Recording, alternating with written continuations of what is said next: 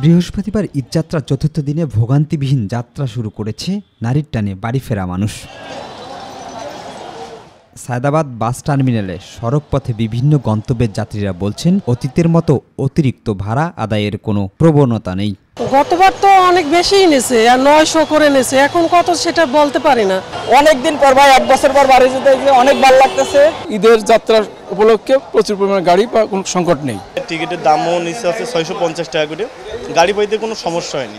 সর্বোচ্চ যাত্রী সেবা দেওয়ার চেষ্টা করছেন বলে জানালেন কাউন্টার সংশ্লিষ্টরা। পুনরায় যে ভাড়াগুলো ছিল 650 করে সরকারি রেট, আমরা ওই রেট ভাড়া টিকিট বিক্রি করছি।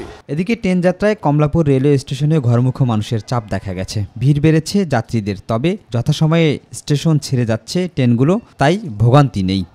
এবার দেখলাম এখানে অনেক কড়াকড়ি দেখলাম, সিকিউরিটি অনেক, তো সব মিলে আর কি এবার ভালো লাগতেছে অনেক। গ্রামের বাসায় ঈদের ছুটি কাটাতে যাচ্ছি। এখানে আমার বাবা থাকে, আমার চাচাতো ভাই আরও অনেকেই থাকে, সেখানে আমার নানুদের বাসা, ওখানে যাচ্ছি ঈদ কাটাতে। আমি গ্রামে যে অনেক জায়গায় ঘুরে বেড়াবো। ঈদের ছুটিতে সবাই বিভিন্ন জায়গায় ঘুরতে যায়, আমি যাচ্ছি আমার দাদু বাড়িতে। ট্রেনের শিডিউল বিপর্যয় যেন না হয় সে বিষয়ে লক্ষ্য রাখা হচ্ছে বলে জানান স্টেশন ম্যানেজার। স্বাচ্ছন্দ্য ভ্রমণের ক্ষেত্রে কোনো রকমের অসুবিধা বা কোনো রকমের বিঘ্ন করতেছে না, সেটা আপনারা দেখতেছেন, এবং সুন্দরভাবে ওনারা স্বাচ্ছন্দ্যে এবং নিরাপদে ভ্রমণ করতে পারতেছেন। যাত্রীদের নিরাপত্তায় আইন শৃঙ্খলা রক্ষাকারী বাহিনীর সদস্যরা সতর্ক অবস্থানে রয়েছেন।